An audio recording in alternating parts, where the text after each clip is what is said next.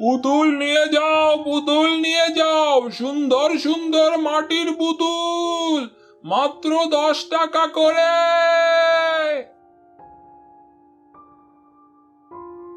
তার সারাদিনেও কোনো পুতুল বিক্রি হলো না। তাই সে মন খারাপ করে তার বাড়ির উদ্দেশ্যে রওনা দিল।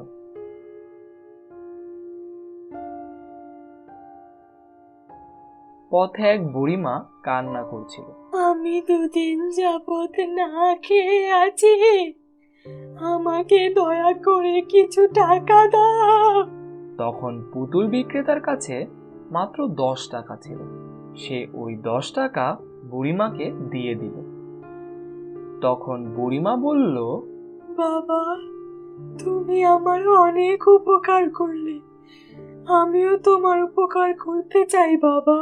বুড়িমা, আপনার কোনো উপকার করতে হবে না, আমি আপনাকে সামান্য 10 টাকা দিয়েছি। না বাবা, এই 10 টাকাই তো অনেকে দেয় না। বাবা, আমার কাছে শুধু এই কড়াইটা আছে, তুমি দয়া করে এই কড়াইটাই নিয়ে যাও। আচ্ছা ঠিক আছে বুড়িমা।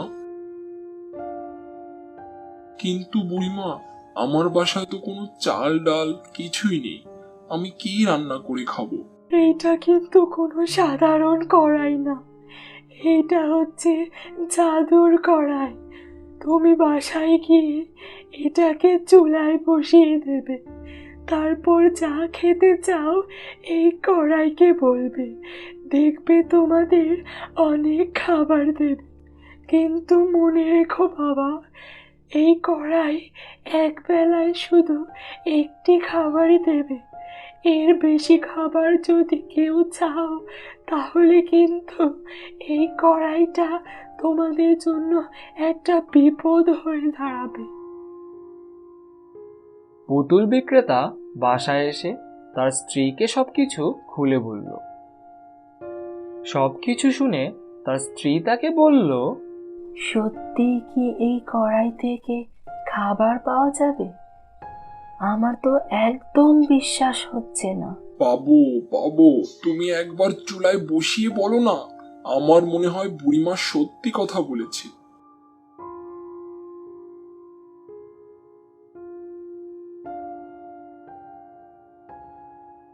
কড়াই, মাংসের তরকারি দিয়ে দাও।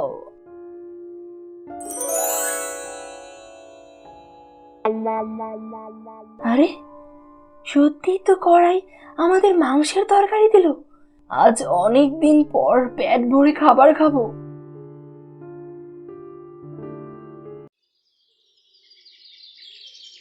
বেশ কিছুদিন কেটে গেল।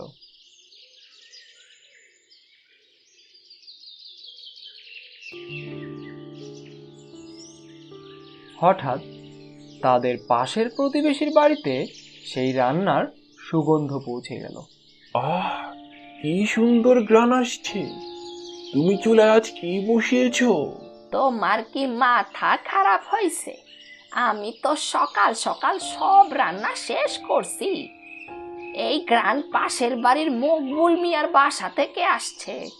তার আগে ভাত খাইতে ভাত পাইতো না, আর এখন কি জানি কি রাঁধে কি খায়। কি খবর মকবুল মিয়া, কেমন আছো তুমি? রমিজ মিয়া, আমি ভালোই আছি, তুমি কেমন আছো? অনেকদিন পর দেখলাম তোমাকে। আমি ভালোই আছি। তোমার বাসা থেকে খাবারের কি সুন্দর ঘ্রাণ আসছে, তাই তোমার সাথে দেখা করতে আসলাম। কি মকবুল মিয়া, আমাদের খাওয়াবে না? তুমি যে কি বলো না, অবশ্যই খাবো।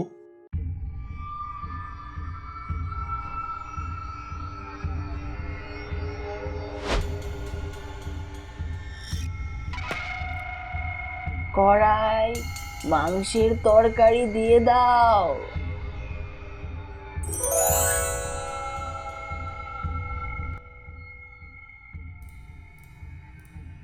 ও আচ্ছা, তাহলে এই ব্যাপার। আজ রাতেই এই জাদুর কড়াইটা চুরি করে নিতে হইবে।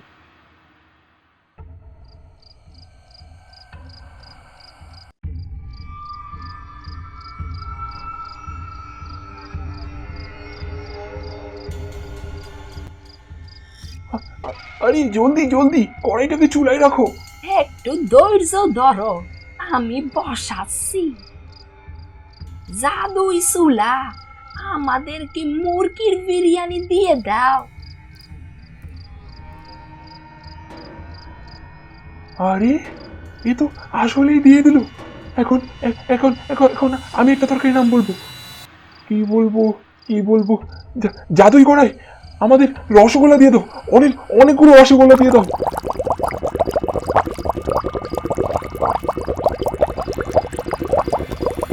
এক গ্রামে এক গরিব জেলে বাস করত। তিনি তার স্ত্রী এবং একটি সন্তান নিয়ে অনেক কষ্ট করে একদিন খেয়ে একদিন না খেয়ে জীবনযাপন করত। জেলে প্রতিদিন পুকুর থেকে মাছ ধরত। সে মাছগুলো বিক্রি করেই যা উপার্জন করত তা দিয়েই জেলের সংসার চলত। একদিন জেলে মাছ ধরতে যাচ্ছিল। তখন তার স্ত্রী তাকে বলল, শোনো, ছোট ছেলেটা অনেক অসুস্থ।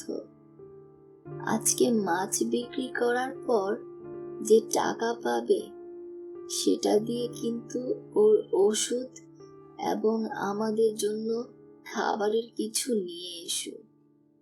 ঘরে একটা দানা পানিও নেই। তারপর সে পুকুরের ধারে মাছ ধরতে এলো। একটু পরে তার জালে কয়েকটা ছোট ছোট মাছ বেঁধে গেল, যেটা দেখে জেলের কিছুটা মন খারাপ হলো। সে বলল, হে আল্লাহ, এই কয়েকটা ছোট মাছ আজকে জালে ফাঁসলো। ঘরে ওইদিকে আমার ছেলেটা অনেক অসুস্থ, আর এই মাছগুলো বিক্রি করলে মনে হয় না অত টাকা পাবো। তারপর জেলে সেই ছোট ছোট মাছগুলো বাজারে বিক্রি করতে গেল। বাজারের ক্রেতারা কেউই তার দোকানে আসছিল না। সবাই আশেপাশের বড় বড় মাছগুলো কিনতে লাগলো। এক সময় সন্ধ্যা হয়ে গেল, কিন্তু কেউই তার দোকানে একটি মাছও কিনতে আসলো না। তখন সে মন খারাপ করে বলল, হে আল্লাহ, একজন ক্রেতা পাঠিয়ে দাও যে আমার মাছগুলো আজকে নিয়ে যাবে। তা না হলে আমার পরিবারের সবাই আজকে না খেয়ে থাকবে। তার কিছুক্ষণ পর একটা ক্রেতা আসলো। ক্রেতা জিজ্ঞাসা করলো, ভাই, এই সবগুলো মাছ কত রাখবে? 300 টাকা। না না, আমি 300 টাকা দেব না, আমি 100 টাকা দেব। দিলে দাও, না হলে আমি চললাম। জেলে কোনো উপায় না দেখে তাকে 100 টাকায় ওই ছোট মাছগুলো সব দিয়ে দিল। তারপর সে ঔষধ এবং খাবার কেনার জন্য একটা পথ দিয়ে যাচ্ছিলেন। হঠাৎ একটা বুড়ি মহিলার কান্না করার শব্দ পেলেন। বুড়ি মহিলাটি বলছিল, আজ আমি 2 দিন যাবত না খেয়ে আছি, কেউ আমাকে কিছু খাবার কিনে দাও। বুড়ি মহিলার এসব কথা শুনে জেলের খুব দয়া হলো। তিনি তার কিছু টাকা থেকে বুড়িকে কিছু খাবার কিনে দিল। তখন বুড়ি খাবার পেয়ে অনেক খুশি হলো। বুড়ি খাবারগুলো খেয়ে জেলেকে বলল, বাবা, আমি 2 দিন যাবত এই রাস্তায় বসে কান্না করছি খাবারের জন্য, কিন্তু কেউই আমার দিকে একটু ফিরেও তাকায় না। তুমি আজ আমাকে অনেক সাহায্য করলে, আমি তোমার এই সাহায্যের কথা কখনো ভুলবো না। বাবা, তুমি কি কাজ করো? বুড়িমা, আমি গরিব জেলে। বাবা, তুমি আমার কাছ থেকে এই বড়িটা নিয়ে যাও। তুমি যখন মাছ ধরার জন্য জালটা দিবে তখন এই বড়িটা পানিতে ফেলে দিও। তারপর দেখবে সেই পুকুরের সবচাইতে সেরা মাছটা তোমার কাছেই আসবে। এই মাছটা পাওয়ার পর তুমি দেখবে তোমার অবস্থার অনেক উন্নতি হবে। সেই বড়িটা নিয়ে জেলে তার বাড়িতে চলে আসলো। বাড়িতে এসে সমস্ত ঘটনা তার স্ত্রীকে খুলে বলল।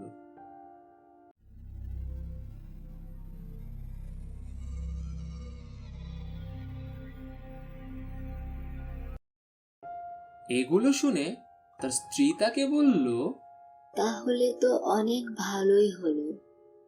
তুমি কালকে গিয়ে বুড়িমার কথার মতো কাজ করে দেখো। সৃষ্টিকর্তা হয়তো আমাদের ভাগ্যে ভালোই কিছু রাখবে। তারপর জেলে প্রতিদিনের মতো সেই পুকুরের ধারে মাছ ধরতে গেল। তখন সে বুড়িমার কথা অনুযায়ী সেই বড়িটা পানিতে ফেলে দিল। তারপর সে জালটা ফেলে অপেক্ষা করতে লাগলো। একটু পরে দেখলো জালটা একটু ভীষণ জোরে নাড়াচাড়া করছে।